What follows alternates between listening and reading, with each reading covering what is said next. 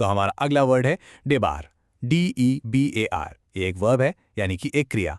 तो इसका मतलब क्या होता है? सिंपल सा मतलब है किसी को ऑफिशियल तरीके से यानी कानूनी तौर पर कोई काम करने से रोक देना या उस पर प्रतिबंध लगा देना।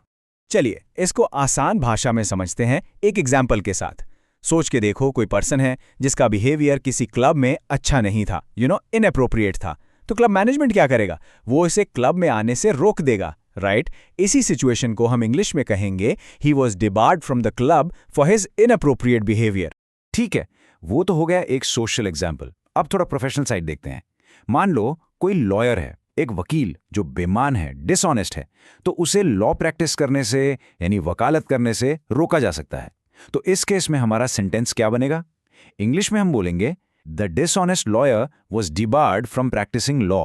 ओके, सो अब तक हमने इंडिविजुअल्स की बात की है ना? लेकिन ये वर्ड डिबार बड़ी बड़ी कंपनीज के लिए भी यूज होता है। जैसे सोचो, अगर कोई कंपनी कुछ गलत काम करती है तो सरकार उस कंपनी को गवर्नमेंट कॉन्ट्रैक्ट्स के लिए बिड करने से यानी बोली लगाने से रोक सकती है। ये एक बहुत बड़ी सजा होती है। तो इसको हम सेंटेंस में कैसे बोलेंगे? ये रहा, the company was debarred from bidding on government contracts. और पता है, ये वर्ड आपको न्यूज हेडलाइंस में बहुत मिलेगा, सच में। ये देखो, ये द इकोनॉमिक टाइम्स की एक रियल हेडलाइन है। इसमें लिखा है कि सेबी ने, जो कि मार्केट रेगुलेटर है, 14 अलग अलग कंपनीज को सिक्योरिटीज मार्केट से पूरे 4 साल के लिए डीबार कर दिया है, मतलब उन पर रोक लगा दी है।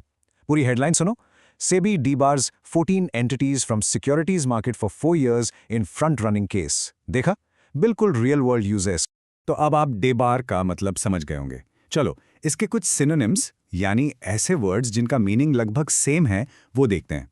ये वर्ड्स भी आप यूज कर सकते हैं। ये हैं बैन, एक्सक्लूड, प्रोहिबिट और फॉरबिड। इन सब का मतलब भी रोकना या प्रतिबंधित करना ही होता है। ओके, सिनोनिम्स तो हो गए। अब बात करते हैं एंटोनिम्स की, मतलब इसके ऑपोजिट वर्ड्स की, इसके विलोम शब्द। तो अगर डीबार का मतलब है रोकना, तो इसका उल्टा क्या होगा? बिल्कुल सही, अनुमति देना या इजाजत देना।